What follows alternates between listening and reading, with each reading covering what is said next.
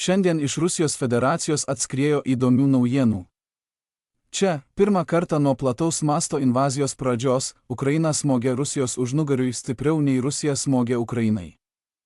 Ukrainos bepiločių atakų bangos, vykstančios beveik nuolat, lenkia Rusijos karo mašiną, sukelia aliarmus visoje Rusijoje ir griauna pranašumo iliuziją, o analitikai perspėja, kad tai gali būti tik pradžia. Kovo mėnesį Ukraina peržengė kritinį lūžio tašką, pradėjo daugiau bepiločių atakų prieš Rusiją nei Rusija prieš Ukrainą. Tai ne tik simbolinė pergalė žyminti lūžį išsekimo kare, bet ir didžiausias strateginis pokytis, nes Ukrainos smūgiai sistemingai taikosi į Rusijos naftos ir dujų infrastruktūrą, karinę pramonę bei aukšto lygio logistikos sandėlius precedento neturinčių mastų. Po neseniai paskelbtų duomenų matyti, kad vos per vieną savaitę Rusija paleido daugiau nei 2800 bepiločių prieš Ukrainą, o Kijivas atsakė 2300 savo bepiločių. Tačiau šie duomenys apima tik Ukrainos smūgius į pagrindinę naftos eksporto infrastruktūrą šiaurės vakaruose, o dar daugiau bepiločių pataikė į Rusijos objektus pietuose, rytuose ir centrinėje dalyje.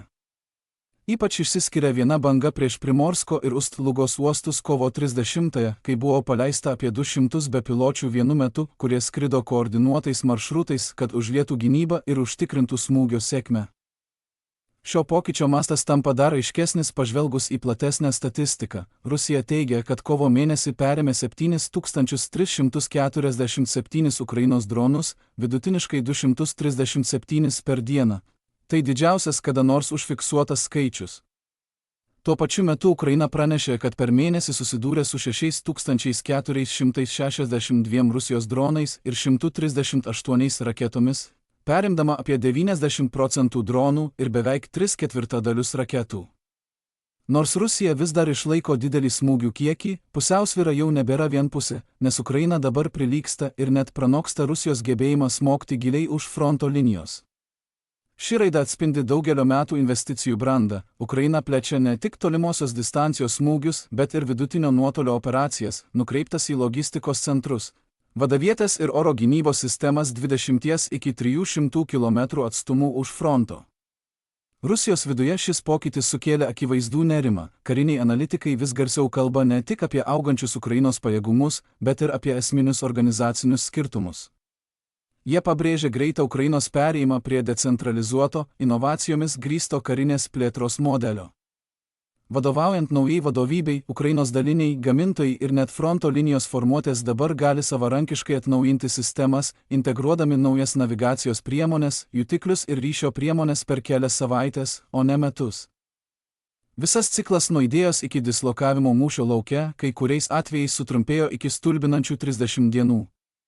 Priešingai, Rusijos analitikai atvirai kritikuoja savo sistemą kaip paralyžiuotą biurokratijos, kur kiekvienas patobulinimas turi pereiti daugybę patvirtinimų, bandymų ir rizikos vengiančios priežiūros sluoksnių, todėl inovacijas praktiškai neįmanoma įgyvendinti arba jos atidedamos taip ilgai, kad praranda prasmę.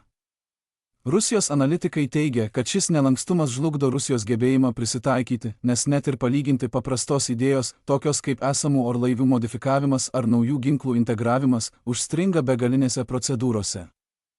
Tuo tarpu Ukraina eksperimentuoja, kartoja ir diegia naujoves greitai, o rusai perspėja, kad ši spraga tik didės, nes Ukraina ir toliau diegs naujus sprendimus greičiau, nei Rusija spės reaguoti.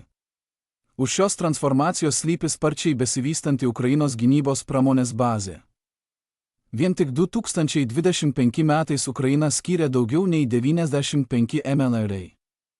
$. Saugumui ir gynybai, tai nepaprasti 43% BVP, užtikrinantys nuolatinę investiciją į vidaus gamybą. Šiandien Ukraina gamina daugiau nei 200 tolimosios distancijos smūgių dronų per dieną, daugelis jų yra gerokai pigesni už rusiškus analogus. Tuo pačiu metu Kijivas plečiasi tarptautiniu mastu, pradėdamas bendros gamybos projektus visoje Europoje. Naujos gamyklos tokiose šalyse kaip Vokietija ir Prancūzija dar labiau padidins gamybos apimtis. Partnerystės, kuriuose dalyvauja didžiosios įmonės ir gynybos bendrovės, leidžia gamybą išplėsti iki 100 vienetų per mėnesį. Šis vidaus inovacijų ir tarptautinio bendradarbiavimo derinys pavertė Ukrainą pasaulinę lyderę dronų kare. Svarbiausia, kad Ukraina dabar daugiau nei pusę savo karinių poreikių patenkina vidaus gamybą, taip sumažindama priklausomybę nuo išorinių tiekimų ir padidindama strateginę autonomiją. Apskritai, tai, kas vyksta Ukrainoje, yra ne mažiau kaip radikali transformacija nuo sunkiai besiverčiančio posovietinio gynybos sektoriaus iki dinamiškos, privačios iniciatyvos varomos jėgainės, galinčios aplenkti didesnį priešininką. Dronų pranašumo praradimas Rusijai yra ne tik taktinė nesėkmė, bet ir įspėjamasis signalas apie gilesnes sisteminės problemas. Ukrainos smūgiams intensyvėjant ir inovacijoms spartėjant, Maskva atsiduria reaguojančioje, o ne diktuojančioje karo tempą pusėje. Pirmą kartą pusiausvyra danguje keičiasi ir visi pavojaus signalai Rusijoje įsijungia, nes rusai turi visą pagrindą nerimauti.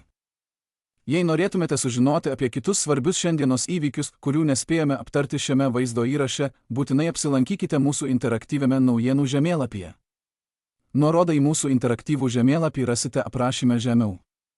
Ačiū, kad žiūrėjote šią apžvalgą ir ypatinga padėka visiems, kurie jau seka mūsų interaktyvų žemėlapį.